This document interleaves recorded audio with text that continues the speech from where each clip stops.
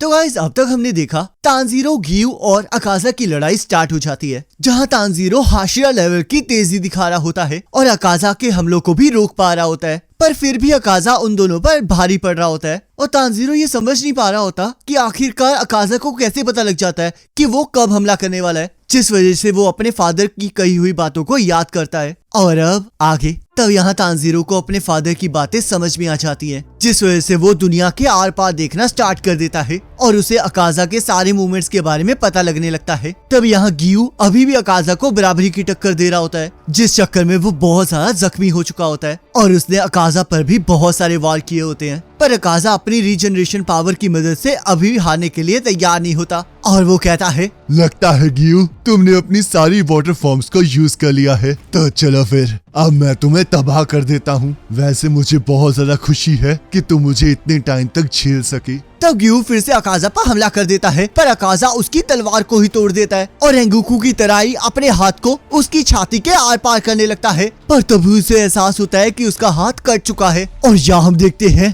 Tanjiro ने अपना mark activate कर लिया होता है, जिस वजह से उसने अकाजा के हाथ को काटकर गियू को बचा लिया होता है और अकाजा तानजीरो को देखकर ये समझ जाता है कि अब वो उसके लिए बहुत बड़ा खतरा बन चुका है, जिस वजह से उसे तानजीरो को मारना ही पड़ेगा। तब अकाजा अपनी टेक्निक को यूज करता है और गियू और तानजीरो पर और भी तेजी से हमला कर देता है। तब गियू अपनी 11th फॉर्म डेड काम से उसके हमले को एब्जॉर्ब करने की कोशिश करने लगता है, पर फिर भी गियू को बहुत चोटें आती हैं, क्योंकि वो डेड काम से सिर्फ अपने वाइटल ऑर्गन्स को ही बचा पाता है। तब अकाजा को लगता है कि उसके हमले से तानजीरो मर चुका है और वो कहता है, गियू मैं तो तुमसे बहुत ज्यादा इम्प्रेस हो गया हूँ कि तुम अभी भी जिंदा हो, पर तुम रेंगुकू और तानजीरो की तरह मत मरना। तो चलो आओ गियू, मेरे साथ डीमन बन जाओ। पर तभी गियू देखता है कि तानजीरो अभी भी जिंदा होता है और अकाजा को उसकी प्रेजेंस महसूस नहीं हो रही होती, जिस वजह से गियू ये सोचने लगता है कि शायद अब तानजीरो चुपचाप उस पर हमला कर देगा और तब तानजीरो जोर जोर से चीखना स्टार्ट कर देता है और अकाजा पर हमला कर देता है। तब अकाजा को समझ में नहीं आ रहा होता कि उसके इतना ज्यादा खतरनाक हमला करने के बावजूद भी तानजीरो अभी तक जिंदा कैसे है, पर वो फिर भी तानजीरो के हमले से नहीं डर रहा होता,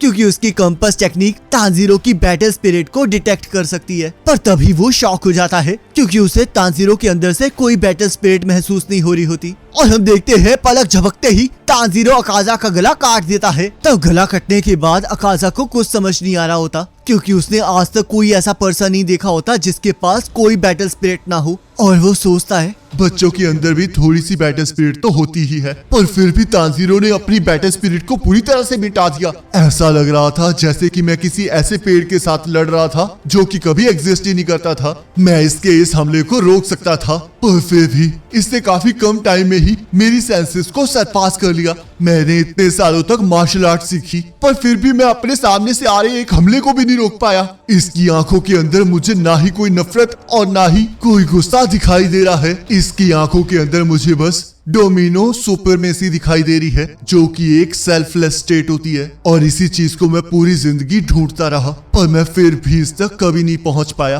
तब हम देखते हैं अकाजा अभी भी हार मानने के लिए तैयार नहीं होता और अपने सिर को पकड़कर फिर से अपने शरीर के साथ जोड़ने की कोशिश करने लगता है, पर गियू अपनी टूटी हुई तलवार को अकाजा के सिर के आर पार कर देता है, जिस वजह से उसका सिर गायब हो जाता है और तानजीरो को लगता है कि शायद अब वो लोग जीत चुके हैं। पर हम देखते हैं अकाजा ने अभी भी हार नहीं मानी होती और उसकी बॉडी फिर से उसकी टेक्निक को एक्टिवेट कर देती है, जिस वजह से वो फिर से तानजीरो पर हमला कर देता है और उसे एक लात मारकर दीवार में घुसा देता है। तब हम देखते हैं अपनी पावर को लिमिट तक यूज करने की वजह से तानजीरो कुछ भी नहीं कर पा रहा होता और ना ही उसे ये समझ में आ रहा होता है कि आखिरकार अकाजा का सिर कटने के बावजूद भी वो जिंदा कैसे है। तब तानजीरो सोचता है, क्या अकाजा को मारने के लिए भी डाकी और गिटारो की तरह हमें किसी कंडीशन को पूरा करना पड़ेगा, पर ऐसा नहीं हो सकता क्योंकि उसका सिर गायब हो चुका है। तो क्या अकाजा कुछ चेंज करने की कोशिश कर रहा है? क्या इसने भी मुजान की तरह अपने सिर को छोड़कर किसी और बॉडी पार्ट को अपनी कमजोरी बना लिया है? तो हम देखते हैं ज्यादा थकान की वजह से तानजीरो बेहोश हो जाता है और अकाजा तानजीरो पर हमला करने के लिए आगे बढ़ने लगता है, पर गियू तानजीरो को बचाने के लिए फिर से अकाजा के साथ लड़ना स्टार्ट कर देता है पर फिर भी अकाजा तांजीरो की तरफ बढ़ने से रुक नहीं रहा होता।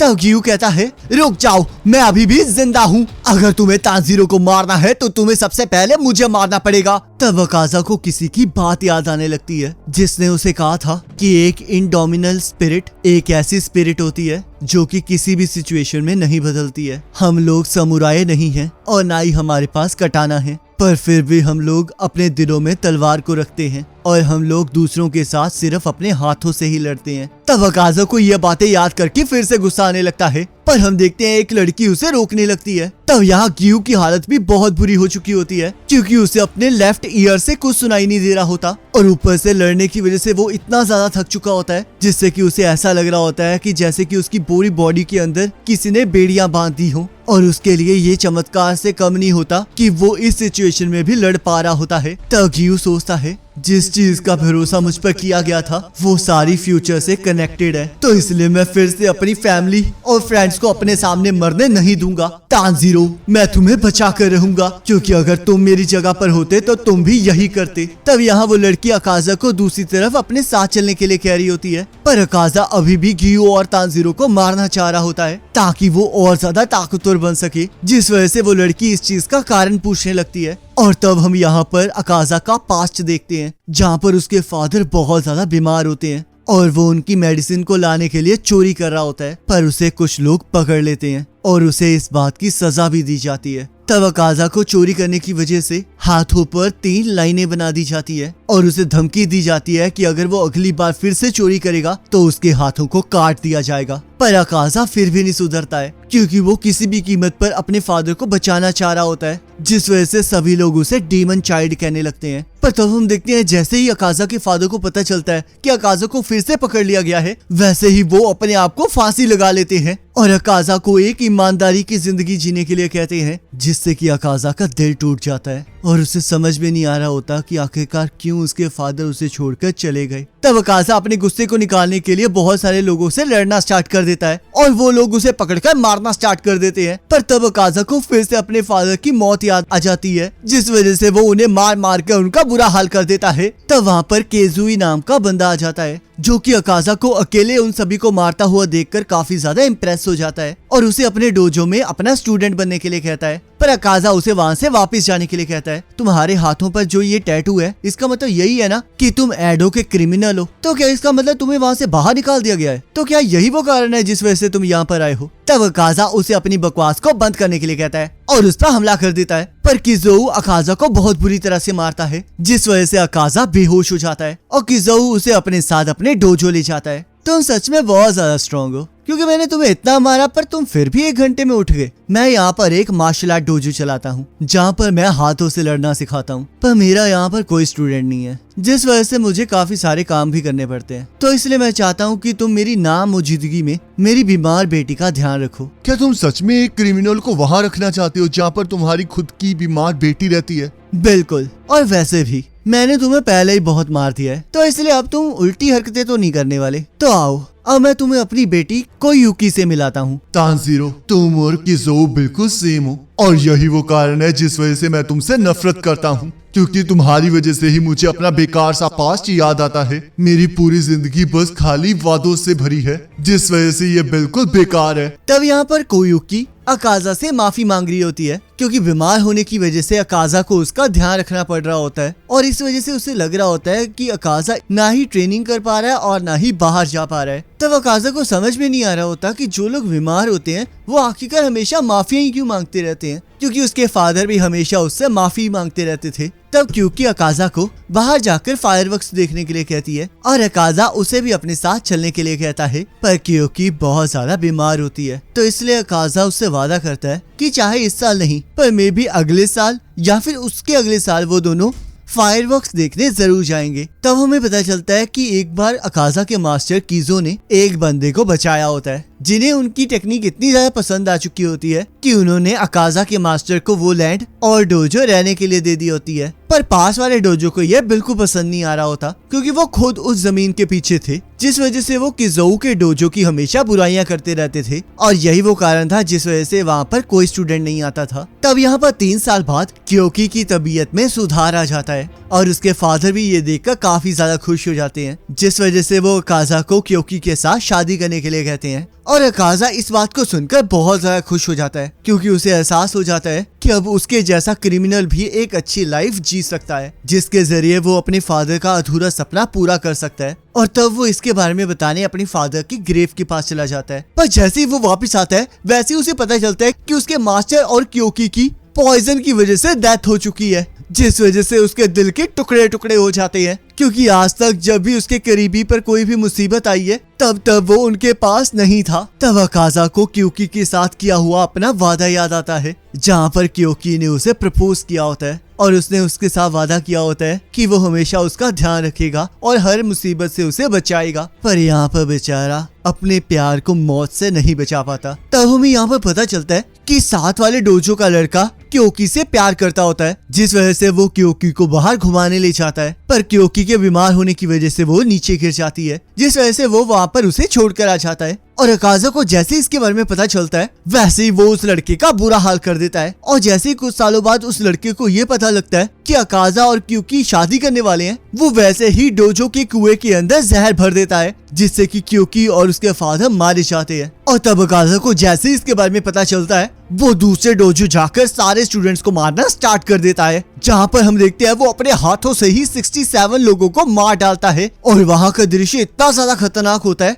कि वहाँ के ऑफिशियल्स ने उस रिपोर्ट को जला दिया होता है जहाँ पर इसके बारे में लिखा गया था, ताकि किसी को भी इस खतरनाक हादसे के बारे में पता न लगे। और तब ये बात मुजान के कानों तक पहुँच जाती है और वो सोचने लगता है कि उसने तो उस एरिया में कोई डीमन को तो भेजा ही नहीं था, तो आखिरकार ये किया किसने है। तब जैसे उसे पता चलता है कि ये एक ह्यूमन का काम है, वैसे ही वो अकाजा से मिलने चला जाता है, जहाँ अकाजा उसे मारने की धमकी दे रहा होता है। पर मुजान अपने हाथ को अकाजा के सिर के आर पार कर देता है और उसे बताता है कि वो 12 किजुकी बना रहा है, जिस वजह से वो अकाजा के अंदर अपना ब्लड इंजेक्ट कर देता है और अकाजा डीमन बन के ताकतवर होने के लिए लोगों को मारना स्टार्ट कर देता है। तब अकाजा को एहसास हो जाता है कि चाहे अब वो जो मर्जी कर ले, पर वो वहाँ नहीं जा सकता जहाँ पर उसकी फैमिली है, तो इसलिए उसे ये लाइफ बहुत बेकार लगने लगती है और वो फिर से अपने सिर को रीजनरेट करना स्टार्ट कर देता है, क्योंकि वो गियू और तानजीरो को अपने बेकार से पास्ट को याद दिलाने के लिए मार डालना चाहता है। तब तानजीरो को भी होश आ जाता है और जैसे ही वो देखता है कि अकाजा अपने सिर को रीजनरेट कर रहा है, वो वैसे ही अपनी तलवार को लेकर अकाजा पर हमला कर देता है।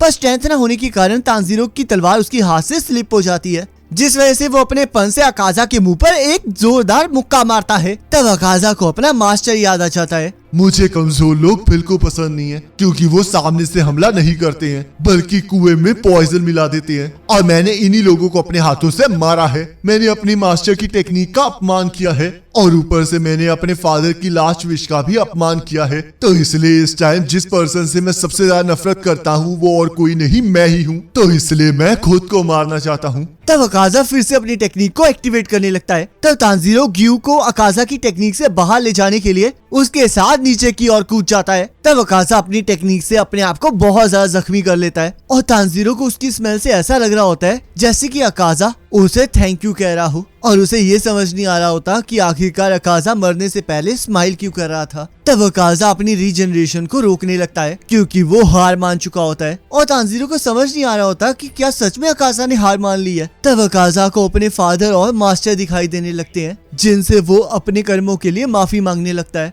और वो दोनों ही उसे माफ कर देते हैं। तब अकाजा के सामने मुजान आ जाता है, जो कि उसे याद दिलाता है कि उसे ताकतवर होना होगा, और हम देखते हैं अकाजा फिर से रीजनरेशन अपनी स्टार्ट कर देता है क्योंकि वो अभी भी हार मानने के लिए तैयार नहीं होता। पर तभी वहाँ पर क्योकी आ जाती है और अकाजा को हार मान लेने के लिए कहती है। तब अकाजा जोर जोर से रोते हुए क्योकी से माफी मांगने लगता है क्योंकि वो उसे नहीं बचा पाया था, और क्योकी भी ये देखकर बहुत ज्यादा खुश हो जाती है कि अकाजा उसके पास वापिस आ गया है। तब हम देखते हैं अकाजा वहाँ से गायब हो जाता है और तानजीरो और क्यू लड़ाई की थकान की वजह से वहीं पर बेहोश हो जाते हैं। तब क्रो इसके बारे में सबको बताने लगता है और यहाँ कोकोशिबो और डोमा को ये एहसास हो जाता है कि अब अकाजा नहीं रहा है। और गाइस, इसी के साथ अपर मून 3 का एंड हो जाता है। अब इसके आगे क्या होगा इसके बारे में हमें अगले पार्ट में पता लगेगा, जिसका लिंक आपके स्क्रीन पर आ रहा होगा। इस पर क्लिक करके अगले पार्ट को देख सकते हैं।